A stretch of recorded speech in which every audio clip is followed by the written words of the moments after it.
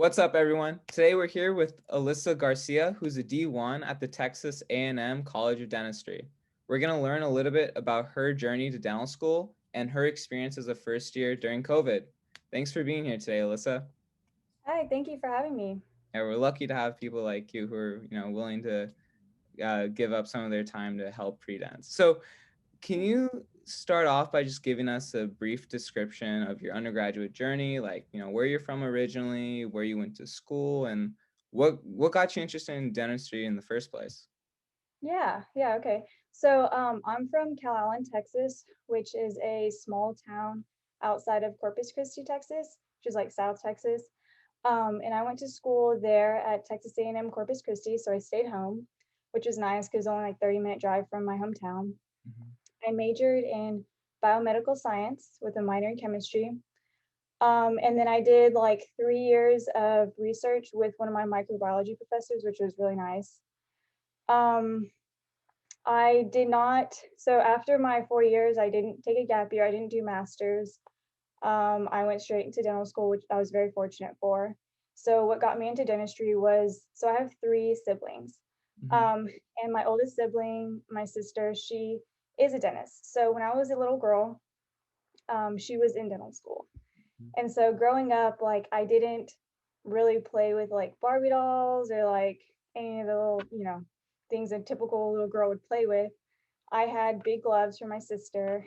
I had little toy boxes, like, I don't know if you ever had like to put your tooth in for tooth fairy, Yeah, yeah, and then you could put it like under the pillow. yeah. So I had like a million of those. So I've always looked up to my sister because she was my idol. She was big sister. I want to be just like her, and she was in dental school. So growing up, I had this idea I want to be a dentist just like my sister. And as I grew up, I realized, okay, I'm good in math and sciences, so this could actually work out for me because that's like the core of the field. Mhm. And then I started volunteering at programs like Teen Mom. I'm sure you're familiar with like those outreach programs. Mhm. Um, and that through those programs really solidified my decision. So I had always had the idea like I want to be a dentist in the dental field. But it wasn't until like my personal encounters with people, what the field's really about, and like dentistry being one of the best careers, that I decided, yeah, I really want to do this. And I took it more seriously in high school. Awesome. Oh, okay. Really early on then. That's really cool. Yeah. So, yeah. So, I mean, you're in dental school now, so I'm sure you did great on the DAT. Do you have any tips for pre-dents about like what we can do to maximize our scores and like how you felt when you were going through your studying? Yeah. So I actually used three different programs Okay. um, for the DAT. So I would say my core program that I used, which was like the main one, and I feel like was the most beneficial towards me, was DAT Boot Camp, like 100%. Yeah. It's very well rounded. You get a good scope of like all the courses that you're going to be tested on. I also used Kaplan a little bit just because I was in an SPET program that was provided here at Texas A&M College of Dentistry. I did that program the summer before my senior year in undergrad. So throughout that, we received the three programs. So it was boot camp, Kaplan, and then I used Math Destroyer. It's Okay. like the DAT Destroyer, but just the math portion. Hmm. And I felt like that was really helpful actually because the math section was my weakest subject, I feel like. Okay. So having a sole program specifically for that really helped me in like supplementing that area. And so what I would recommend for pre-dents or like if you're studying for the DAT, my number one tip would be make sure you have a schedule. So that might sound like obvious, like, okay, yeah, I'm gonna, make a plan. Yeah. But if you have a program that you're doing and you have like a designated DAT date, Mhm. I would like for each day and for let's say your DAT is 2 months out, make sure you know what that program consists of and then back up and make a schedule for each day so you know, okay, this day I have to go through XYZ. That way, by the time you finish the program, you'll have like extra time to study or extra time to do extra practice stats Mhm. so you don't run out of time. So DAT Boot Camp has like RE's schedule, but that doesn't account for like a space between the last day of studying and your test date. So would you like recommend doing that first and then leaving some room in between? Yeah, definitely. So I would say do the DAT boot camp first and really follow the schedule that it gives. So that's one thing I will admit to I did not follow. I finished the program and then I decided to test myself after. So the way it works is they have a designated schedule, which is nice. So if you want to follow that, it's perfect. You don't have to make your own. Mhm. And then they test you throughout. So you'll take practice stat on certain times, and then you'll have mini tests for each subject. I recommend you take those tests and those practice stats when it tells you to, because like I said, I didn't. I studied everything. I did the individual test, but I said, you know what? I'm gonna wait to take all the practice stats at the end so I can study everything and then see how I did. Yeah, I don't do that. That's if I had to give a second tip, that's the biggest tip. Constantly test yourself. I feel like that is what helped me the most because I finished the program and I had 2 weeks to spare before my DAT. Mhm. And those last 2 weeks, I was testing myself. And my first DAT, I was like, wow, I don't know anything. So I feel like repetition and constantly testing yourself is very beneficial, and it really helped me because that's whenever I was able to, okay, this is what I do know, this is what I don't know, and I would take notes on what I didn't know, even the stuff I did. Okay, because it explains, even if you get the questions right, this is why. If you get the question wrong, this is why you got it wrong, and this is why these answers are right. So yeah, DAT bootcamp is gold. I Yeah, highly recommend it, but everyone definitely loves boot test camp. yourself. So It's great. something that I was wondering is that a lot of people say that the scores that they get on their practice tests are usually 1 to 2 points lower than what they would get on the actual DAT. Did you have that same experience? Yes. Okay. So yeah, no, definitely. So if you start scoring well or in an okay range on your practice stats through any program that you do, you should be fine. I would say, and this is what I've heard as well, I heard the same thing, um, that the scores that you get on these practice stats are pretty comparable, but like you said, with a couple points less. Mhm. So it's kind of crazy because then when you go into the DAT, you're like, oh, this isn't as bad. Or, Yeah. it's not like anything brand new, like you've been studying, you're prepared. That was one thing I was very nervous about going into my DAT. But it was just, and I actually found some of the questions almost identical. They're very similar. So they Oh, did a awesome. really good job with that program. So yeah, you felt comfortable going through the exam. Like you didn't feel like there was anything that you hadn't seen before. No, the Awesome. only yeah, and the great thing is these exams are also timed. So the practice exams that you get, you're practicing not only exposure to these types of questions and these types of scenarios, but the time wise. And I feel like that can be a big issue for some people. They might get the information down, they might know, all of the information XYZ, but it's like, okay, now you're under pressure. Now you're under time schedule. So you have to Exactly. make sure you're able to do it, yeah, Yeah, in no I time. feel that too because I'm actually going through that studying right now and I'm doing the practice test and I'm like, gosh, I know that stuff, but there's such a time crunch that you can't come back and like double Mhm. check it and make sure you did it right. You have to get it right the first time. So yeah, that's a great tip. I think we like us pre-dents, we have to get used to like the time for the exam. Yeah. And being able to just sit there and be in front of a screen for, how was it, 5 hours? It can be up to 5 hours. Yeah. You have a break, but to be able to sit still and be able to concentrate, I mean, that's exhausting in itself. Exactly. So I want to move on to like your interview day at Texas A&M specifically. Like who spoke to you on that day or like I mean, who interviewed you on that day and how did you feel after the interview? Yeah, so here at Texas A&M College Dentistry, the interview style, I would say, well, let me tell you this first. So there's one group in the morning. I was part of the morning group, and then there's a group in the afternoon.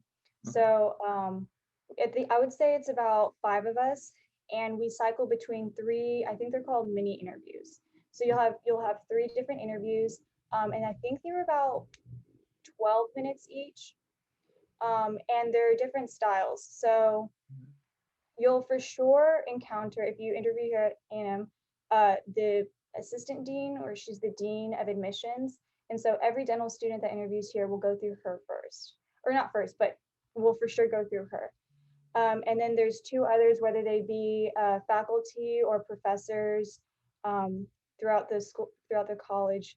And the styles, they varied for sure. So I had one, he was an orthodontist. He was my very first one. Um, and he was the traditional interviewer style, I would say, like question, answer, getting to know me, question after question after question.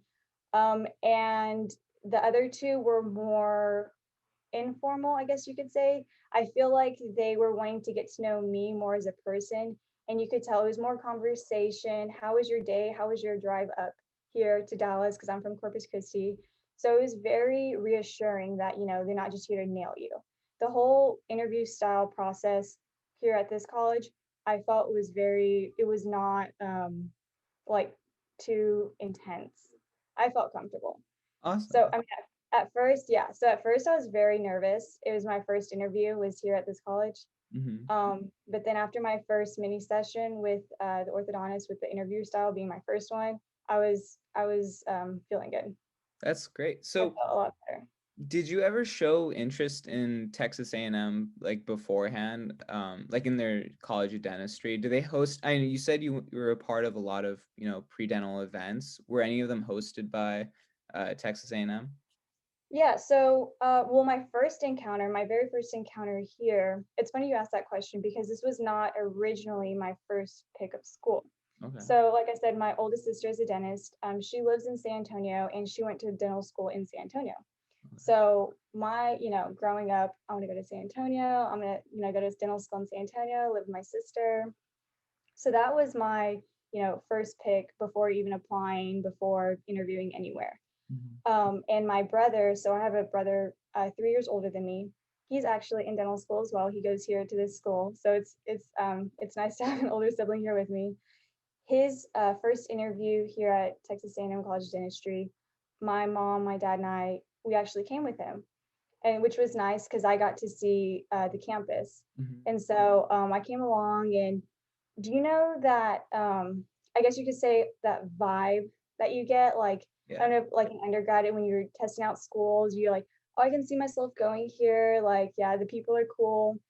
Well, coming here, I was like, okay, I like this place. Like being from a small town and then even coming to a big city, I was like, I still like it here. The people were so nice and the interactions that you get, like it really changes your perspective. Like it impacts you, on your decisions and stuff. So I was like, okay, I like it here. My brother's name is David. I was like, David's interviewing here. This is a possible chance that he could get in here. So I'm not gonna completely, cross it off my list. This is definitely a top runner now, right? Yeah. So then my second encounter was when I got accepted to the SPET program. It's collegiate too, so it's for later. Let me see, right before you get into professional school or before a master's program or graduate school. So it's the later on in your graduate or in your undergrad program. So I was luckily accepted to the SPET program here. And coming here, I think the interactions I made with the professors, just being here for 6 weeks in the summer, the people here, like that's the one thing that I noticed. The people here are really nice. Like the professors, everyone's super helpful. And so after that, I was like, yeah, I'm pretty sure I want to come here instead because I had already made those amazing connections with the professors, the faculty. I had made friends that were like, yeah, we want to come here if we're, lucky enough to get accepted here. And I had already made that connection, like I said, and a lot of the professors said that they were on the admissions committee. So I knew, okay, I need to shine. This is the time to shine in front of certain professors because get a good word in. Yeah. So yeah, after all that, I was like, this is what, and my brother had already been accepted here. So I knew I wanted to come here after that. So would you recommend to like all the pre-dents out there to do the same type of thing? Like if you know there's a school that you're interested in, then for sure like reach out and try to Highly contact recommend. their student Yes, highly professor. recommend it.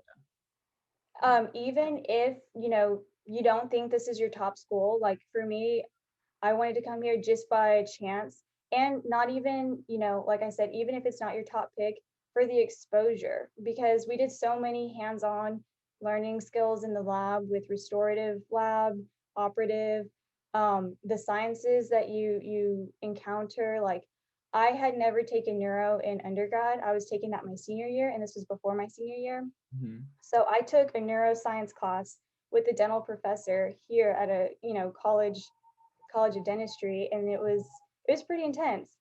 And so even just getting that exposure and then going back to undergrad Yeah. and then taking a neuroscience class, I was like, not bad.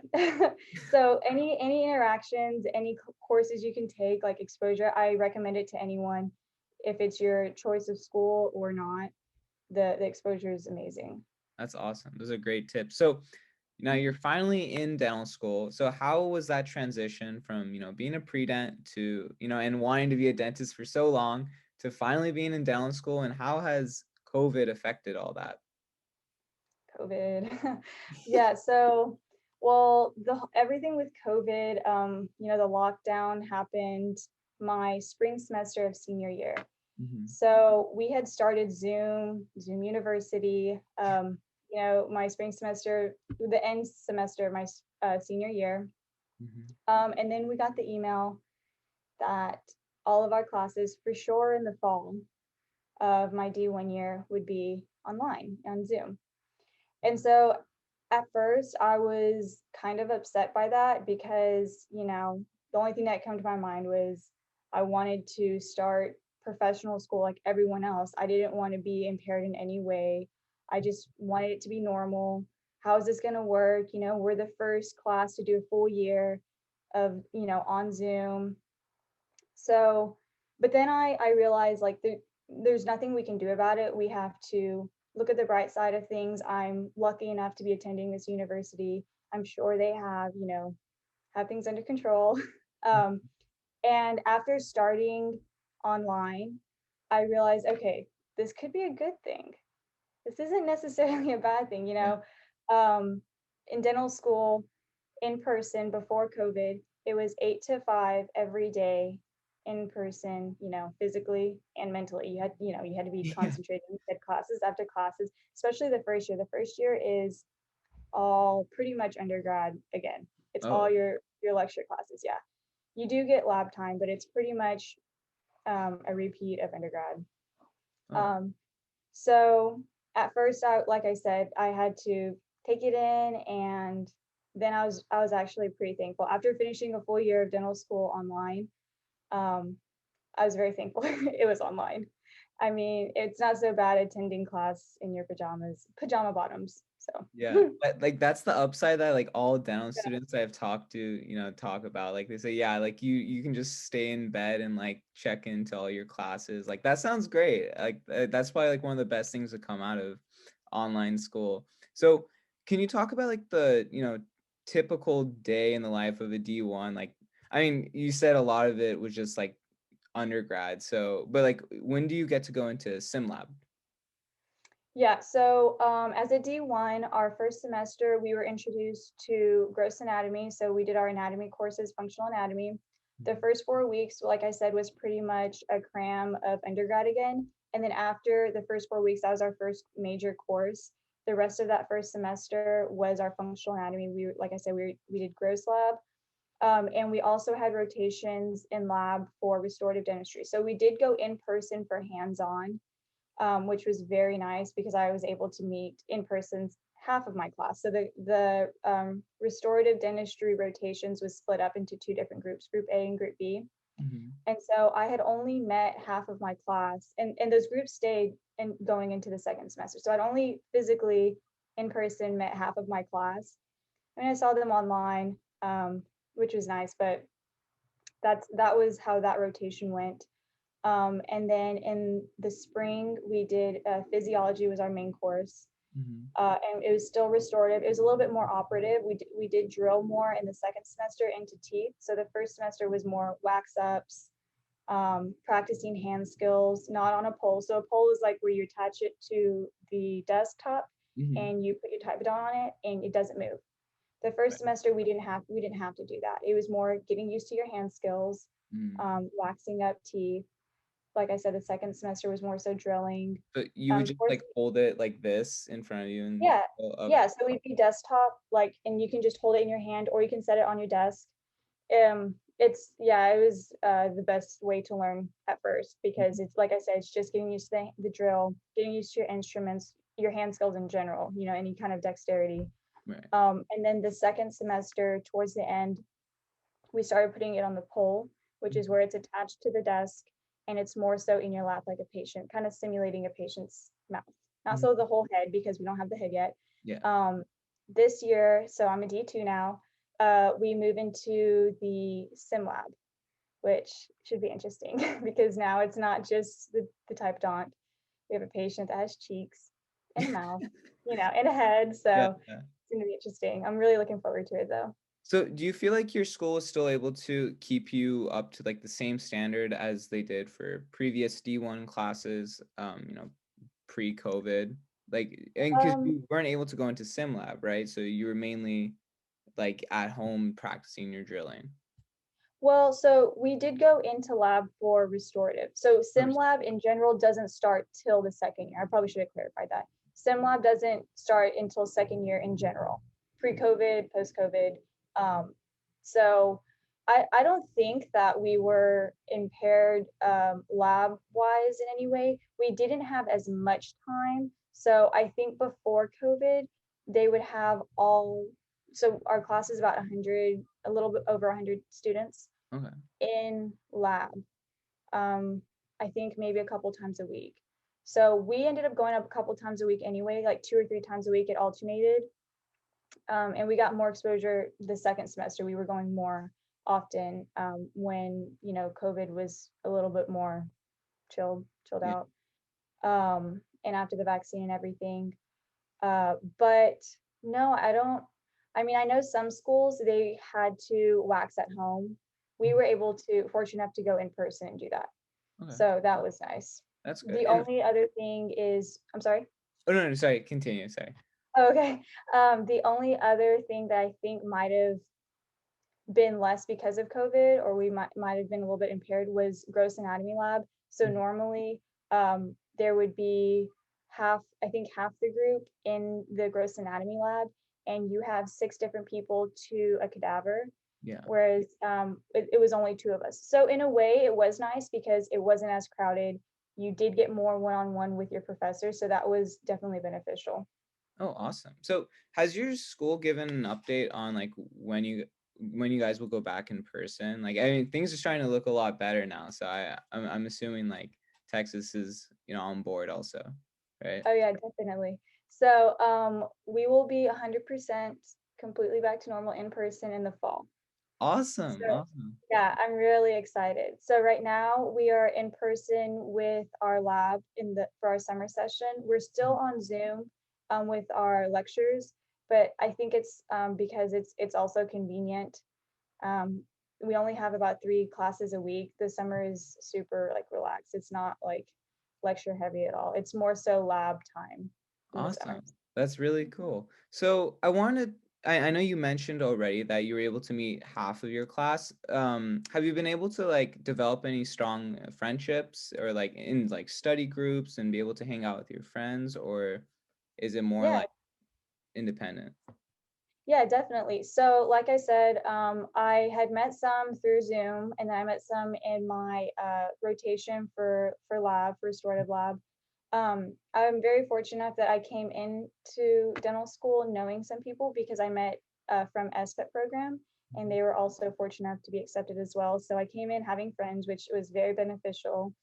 Um, and then I have made a couple study groups with some friends from Zoom, and then some of the people from my lab, even like I said, people that I didn't meet that are in the other lab from Zoom, but some people meet other people, and then okay, let's add them to this group me. So Mm-hmm. I have a couple of study groups. That was the one downfall, was the library was closed for a while because of COVID. So it wasn't your typical, okay, let's go to the library with some friends and study.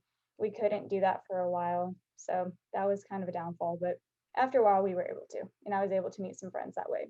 That is awesome. Yeah, Texas A&M sounds awesome. Like I'm starting to think that I should apply too. You should definitely apply. um, It's awesome. yeah, so my final question for you is, if you could go back and talk to yourself when you were a pre-dent, what tips would you give? What advice would you say to yourself? Yeah. I would say it's going to get better. It's not, it's not impossible.